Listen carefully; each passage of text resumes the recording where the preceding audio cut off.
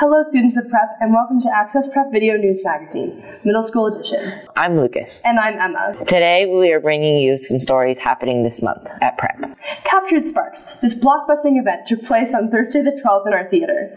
This annual event was held for the third year in Prep. The entertainment includes student-made films, music, and literature. The films varied from uncontrollably hilarious comedies to shockingly scary horror trailers. And that wasn't all. Yes, our talented high school seniors held an art show before the event even started. This story is brought to you by Kaylee, Ashton, and Lucas.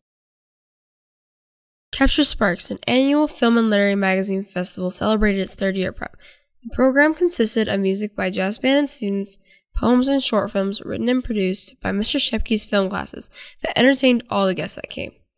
Captured Sparks is a film showcase and writing showcase for basically for La Chispa and students that submit to La Chispa. It's also a way to show off student films that are produced here, completely original films, including some 8th grade films. Our whole class decided to do a big film project, and our ultimate goal is to put it in Capture Sparks, so kind of just happened. Both Mr. Chigembo and Mr. Kelgard run La Chispa, the literary magazine at Prep. La Chispa is the school's literary magazine, and inside it contains student artwork, student poetry, student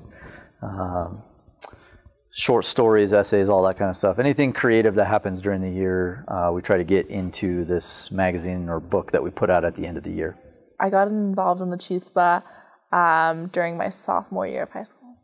La Chispa is kind of like a collaborative effort, but I'd say like mostly I helped with like editing the book and choosing pieces that went into the book.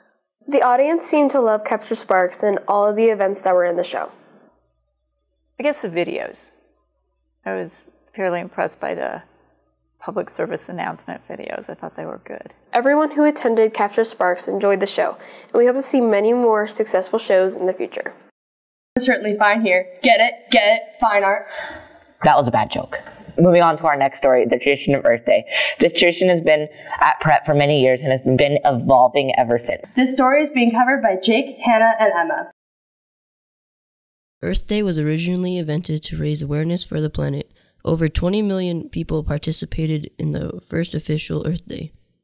Every year, the Prep community helps to remind students and staff at Prep that there is only one planet like Earth and that everyone should take care of it. It's mostly about raising awareness, right? It's an opportunity for people to ask questions and for people to learn about the issues that we face as a civilization. Well, I think it's a good thing for us to do every year to remind ourselves how important it is that we are stewards of our environment. We probably need more than just one, though. Dr. Bucksbaum has helped to organize this event for 8 years, and this version of the celebration was originally his idea. However, there was some changes this year, and the celebration was scaled back. This particular tradition for Earth Day really started about 8 years ago. I was away for a year, and when I came back, this was the idea that I had, was to do this clothing and DVD swap. So that way we can take stuff that people are no longer using and we can reuse them. We can make them new again for somebody else, which is one of the great ways we can have a lower impact on our environment. 200 billion beverage containers are sold in the U.S. every year, and only 1/3 of that is recycled. We recycle all of our recyclables, and then we also recycle glass. Renewable energy is an uprising source of energy, and here in New Mexico, we are helping it become a primary source of energy with our solar panels and wind turbines, but the state could certainly be doing more. What I'm trying to do is reduce my carbon footprint. How much carbon dioxide do I, as a human being, produce? So I've stopped eating meat because being a vegetarian makes you produce less carbon.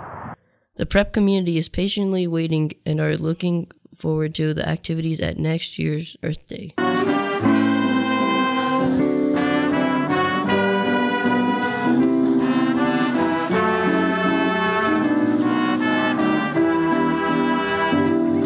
We only have one Earth, so we should take care of it while we have it. This means recycling, using renewable energy, and helping to reduce our carbon footprint. The only way that we can help the planet is if you care and our prep community cares. Speaking of caring, the cafeteria ladies serve us every day getting our chips and cookies. But what does everyone really think about the cafeteria food?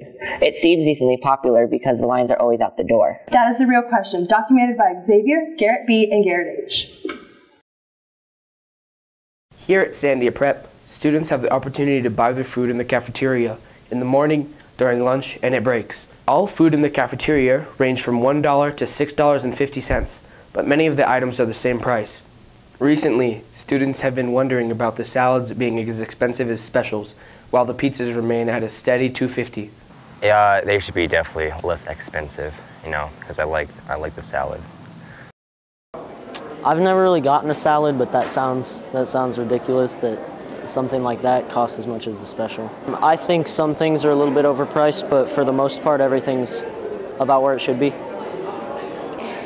I'd probably say beef jerky is a little bit too expensive. $3.50 for a generally small bag is maybe a little bit too much. Every day at lunchtime, students line up to buy their food in the cafeteria. I think that it used to be a lot worse, but now it's fine, honestly. Because like in 6th grade, the line was so bad. I think the lines are pretty good, actually. And besides, like, there's be 2 cashiers all the time, though. So sometimes we have an issue, especially with our middle school lunch, with everybody just crowding in the one area. So Mr. Hanley has been working to try to help get the lines to move a little bit quicker by getting people and trying to move people or students where they need to be. Ever wondered where the food comes from? The different foods in the cafeteria are provided by multiple providers. Usually we source our meat from Boar's Head or from Cisco.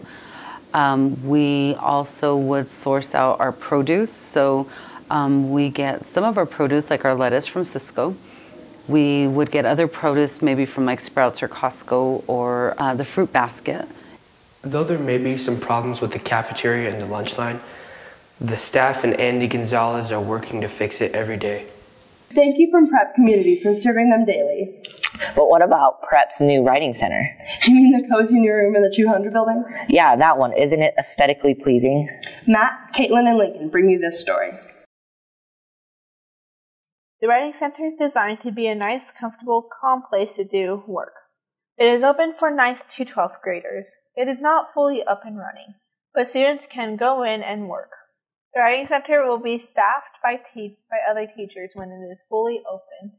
Right now, the Writing Center is open to high school students, grades 9 through 12, who can come in at different times throughout the day and get help on writing in any subject. So if they have an English paper that they need help on, they can come in and someone will staff it and help them with that.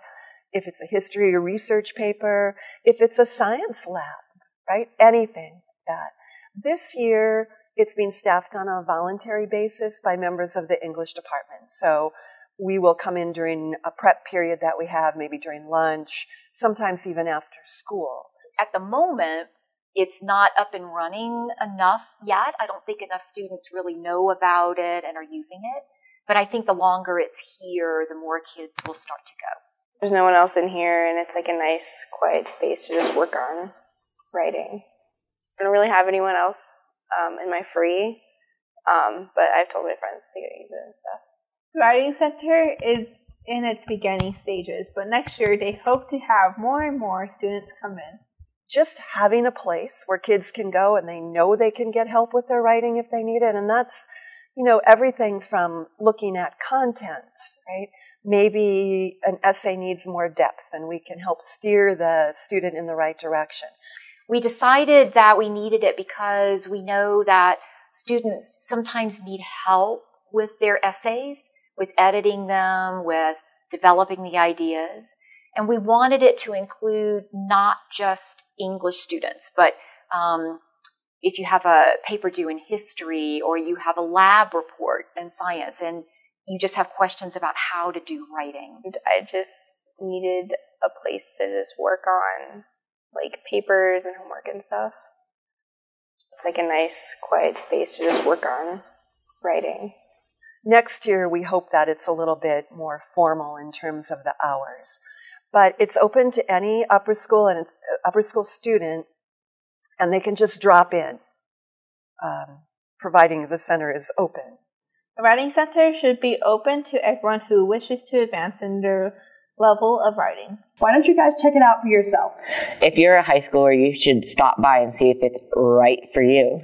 Need more information? Ask Miss Hunt before you miss out on something that's right for you. Okay, it's just cliche now. Really? I was trying so hard. Speaking of cliche, teenagers always on their phones. Listening to music, texting, or playing Fortnite. Cell phone addiction. We all overuse our phones, including us. There's something just so appealing about them. Kira, Alex, and Luke bring you this story. The more technology advances, the more people use their phones frequently. Phones are a big part of most of our lives, and we use them every single day. But sometimes, our phones can be distracting, especially when you're trying to do homework or study. I do think students are addicted to their cell phones. Some of them. The nature of cell phones is to interrupt. It's going to vibrate in your pocket, it's going to make a noise, it's otherwise going to get your attention away from whatever's going on in class. Almost every day I catch students using their phones when they know they're not supposed to. The phone rules for middle school are a controversial topic. Some students agree with the rules, and others are passionately against it. The phone rule was created to help people focus in class rather than use their phones. I like having my phone out, and I didn't really need it in middle school. And in high school, some classes, like, you need to Google stuff, so I think it's a good rule. I feel like it should stay where it is. The phone rule is good and keeps kids from not using their phones when they're not supposed to. It is bad because I cannot text my parents when I need to during school if they need to drop something off for me, and because I can't take pictures of people. Phones are very useful for studying and homework, but sometimes they can be very distracting to us. Social media notifications and texts from friends distract us and prevent us from focusing. It all depends on your method of learning, though. Everyone learns differently, and everyone is affected by their electronics differently. Sometimes if I'm studying with my phone for an extended period of time, it gives me a really bad headache, so I tend not to do it. Cell phones absolutely prevent students from focusing. Yes, I use my phone during homework to look certain things up or as a calculator because I lost mine. Students have very different opinions on cell phones and the cell phone rule. Cell phones will always be an issue in school and even after school.